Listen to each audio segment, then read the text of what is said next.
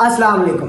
Titan और Titanic कुछ ऐसे हादसात हैं जो अपने पीछे हद से ज्यादा राज छोड़कर चले गए और आज हम इन्हीं राज के बारे में जानने वाले हैं। हम जनरल बात तो नहीं करेंगे क्योंकि काफी सारे यूट्यूब चैनल्स ने ऑलरेडी आपको ये बातें बता दी हैं, लेकिन कुछ ऐसी बातों के बारे में बात करेंगे जो कि हमारे सामने कभी भी नहीं है और जानेंगे आया जो हमें बताया जा रहा है वो हकीकत भी है या फिर नहीं। कुछ लोगों के मुताबिक टाइटैनिक इस वजह से डूबी क्योंकि इसके ऊपर खुदा का अजाब आया था और इसकी वजह ये बताते हैं कि इसके ओनर ने कहा था कि ये टाइटैनिक अनसिंकेबल है। अगर देखा जाए तो इस चीज का सबसे पहले जिक्र एक इंजीनियरिंग जर्नल के अंदर आया था, मगर अभी तक हमें ये क्लियर नहीं है ये कौन सा जर्नल था जिसके अंदर इसके बारे में बयान किया गया था। इस जर्नल के अंदर एक फ्रेज यूज की गई थी, प्रैक्टिकली अनब्रेकेबल। हमें जूडी फॉस्टर ने भी इस बारे में बताया कि उन्हें शिप पर किसी से सुना था कि शिप के कैप्टन इवर्ट जॉन स्मिथ ये कह रहे हैं कि God can even not sink this ship.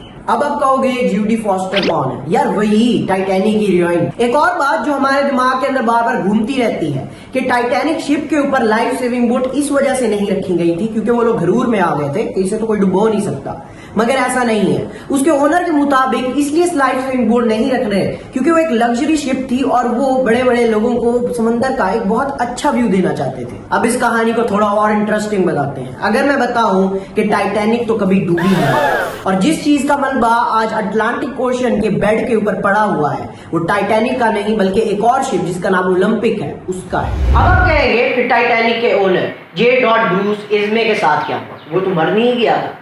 मगर अगर मैं ये बात भी क्लियर करूं और कहूं कि उसने टाइटैनिक के रवाना होने से बस 1 मिनट पहले अपनी टिकट ही कैंसिल करवा दी। हकीकत में ओलंपिक को व्हाइट स्टार नामी कंपनी ओन करती थी। ये वही कंपनी है जो टाइटैनिक को भी ओन करती और 1911 के अंदर ओलंपिक का एक बहुत बुरा एक्सीडेंट हुआ। अब जैसा कि ओलंपिक और टाइटैनिक एक दूसरे के आइडेंटिकल लगती थी तो बस व्हाइट स्टार वालों ने उनका नाम चेंज किया और अब यहाँ पर टाइटैनिक ओलंपिक बन चुकी थी और ओलंपिक एक प्री प्लान एक्सीडेंट का हिस्सा बनने जा रही थी। असल में टाइटैनिक का एक्सीडेंट इसलिए करवाया जा रहा था ताकि जितने भी लोग टाइटैनिक के ऊपर सवार हैं उनकी मौत के बाद उनका इंश्योरेंस मनी कलेक्ट कर लिया जाए। इवन न्यूयॉर्क टाइम्स की रिपोर्ट के मुताबिक जब टाइटैनिक डूबी आइसबर्ग से टकराने के बाद तो वो डूबने का जो टाइम था वो उस आइसबर्ग से टकराने के पूरे 4 घंटे बाद का था।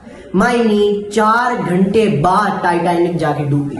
4 घंटे बहुत ज्यादा है किसी एक शिप के डूबने के लिए। आप लोग खुद इस बारे में सोचो कि जिस शिप के ऊपर 2240 पीपल सवार थे तो उनका इंश्योरेंस मनी कितना होगा।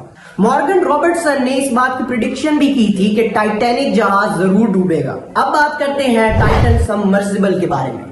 अब मैंने यहाँ पर एक लव यूज किया है, मर्सिबल, सबमरीन नहीं। क्यों?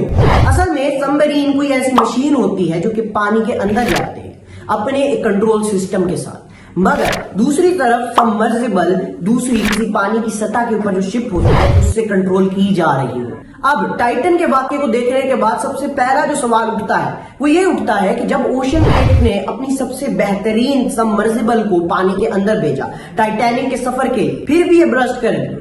क्यों? कुछ लोगों के मुताबिक ये खुदा का अजाब आया था।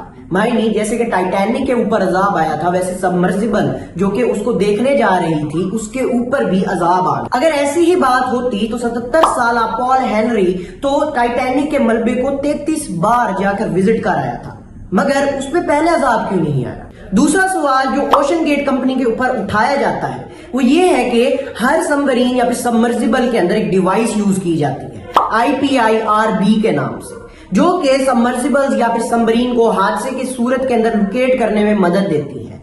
मगर टाइटैनिक के हादसे में ये डिवाइस इंस्टॉल्ड नहीं थी।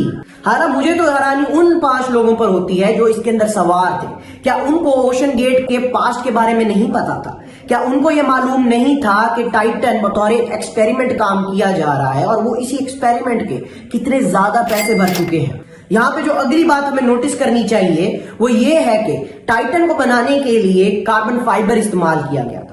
हालांकि ओशन गेट के ऊपर काफी बार इसके सिक्योरिटी इश्यूज भी बनाए गए थे कि ये अंडर वाटर जाने के लिए कार्बन फाइबर बिल्कुल सेफ नहीं है, मगर ओशन गेट वालों ने इसको टोटली इग्नोर किया और टाइटन को बतौर एक एक्सपेरिमेंट में इस्तेमाल में लिया। Broken some rules to make this.